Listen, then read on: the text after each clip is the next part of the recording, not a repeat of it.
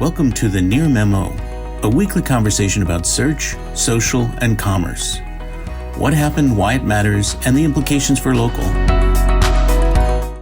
All right, so David, the Cyrus Shepard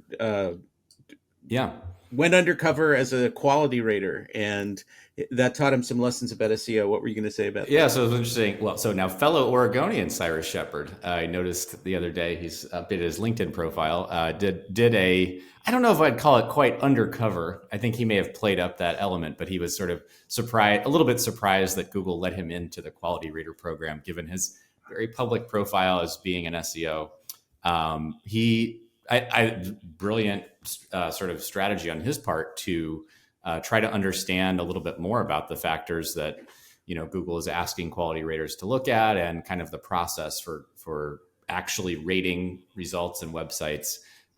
He's bound by a pretty substantial NDA, as he highlighted at the beginning of the piece. But I think generally my takeaway, I had two primary takeaways. Was one is I think we probably underappreciate the influence of human results on Google's algorithm, both from a direct standpoint of, what it like appreciating the human user experience that a particular website is delivering, and the quality of the content being rated by humans, and all of those kinds of things. I think we underappreciate that. And then we certainly underappreciate the extent to which Google is training its algorithm on those human ratings, right? And so I think that the human element probably is playing a larger role than we give it credit for. So I think that that's sort of my first big takeaway.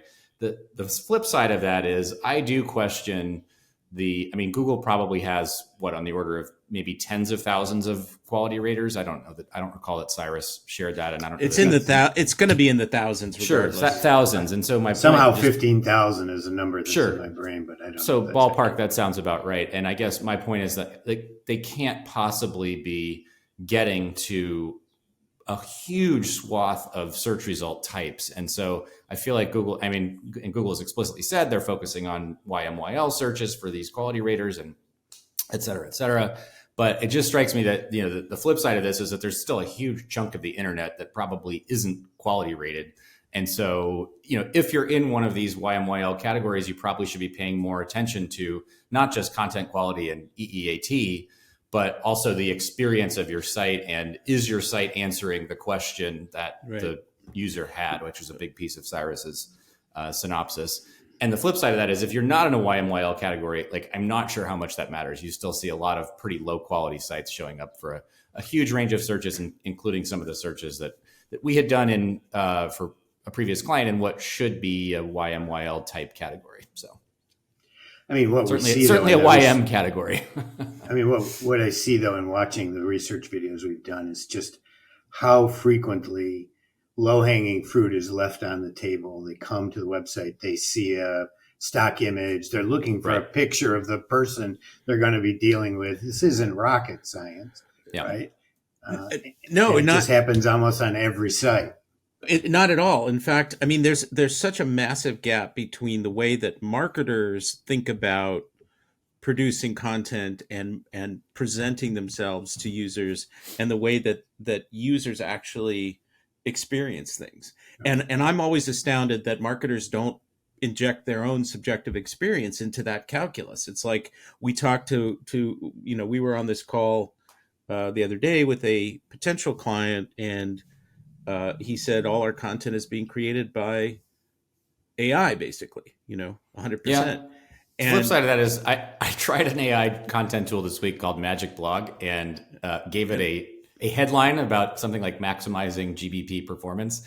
It wrote as good an article as I could have written myself, to be honest. So I think that that's getting better. And frankly, if the AI is delivering a good answer that is human readable, that answers the question, I think there's no reason not to use it. So, I think it's, and you highlighted a piece that, basically 50% of AI versus human content, that it was basically a 50-50, which piece is better, survey this week. So I think that people can use AI, but I think that they can't it's not just magic solution to their content problems. I mean, notwithstanding this particular tool that you're talking about, I would be very skeptical that it would write just as good a piece as you would write, but maybe. Maybe not on a niche top, but I mean, frankly, Google Business, like the fact that it knew what GBP meant, it was pretty impressive in and of itself. And then being able to write, I mean, I think GBP is a pretty small niche of marketing, right? To be able to write a coherent, but there's a lot of content. accurate piece. But there's a lot of content that it's trained on. I mean, the accuracy is the impressive thing.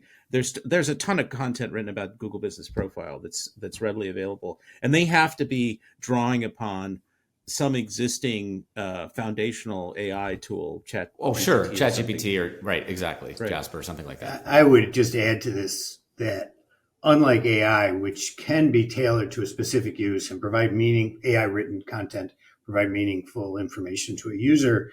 Most users don't read, they see things, and images become critical in that. In both the research we've been doing and in the rater guidelines, there's a clear, we've seen people reject stock images out of 100%. Hand. And we saw in the rater guidelines, there's this quote that says something like a low quality site is indicated by stock images, right? Images, yeah. And so it's one thing to use AI content. I think you guys have a legitimate debate, but it's something totally else to use stock photos. Well, yeah, and that's why we use stock photos. No, well, I've been using more and more AI photos because I'm trying to find photos that create a metaphor that match the content of the thing, which is very difficult to do with AI. I mean, I'm looking for... You know, you did a very nice job on the Twitter image that I used. It took me 10 iterations to get there, but I thought I did too. Thank you. Some of the birds had 3 wings, in case you didn't notice that, which was a little like the Chernobyl bird or whatever. Yeah, well, maybe one of them is longer than Zooks, you know? Okay, all right. We'll leave that one there. Anyway, before we leave the stock image discussion, I'm reminded of Aaron Weike's very first and long-standing Local U presentation, where he sort of railed against stock images and business owners sort of defaulting to stock images, and he had some kind of great line like, the hero image on a bank website, every bank website, and built in the late 2000s was a handshake. And he's like, thank God, there's a handshake on the homepage. I know I can trust these guys now. Right. And that, I mean, that's still, that mindset, I think, is still true. And to your point, Mike, I think people want to see the actual faces that they're doing business with, particularly in a YMYL category. Well, it's a trust issue. They want to get a sense of who they're going to be doing business with. They want to see reviews. They want to see images of the place or the people that are delivering the service. I mean, it is common sense. Okay, more to say on that, but later on. Thanks for joining David, Mike, and Greg. To stay on top of the latest developments in local, subscribe to our newsletter at nearmedia.co. We'll see you next week.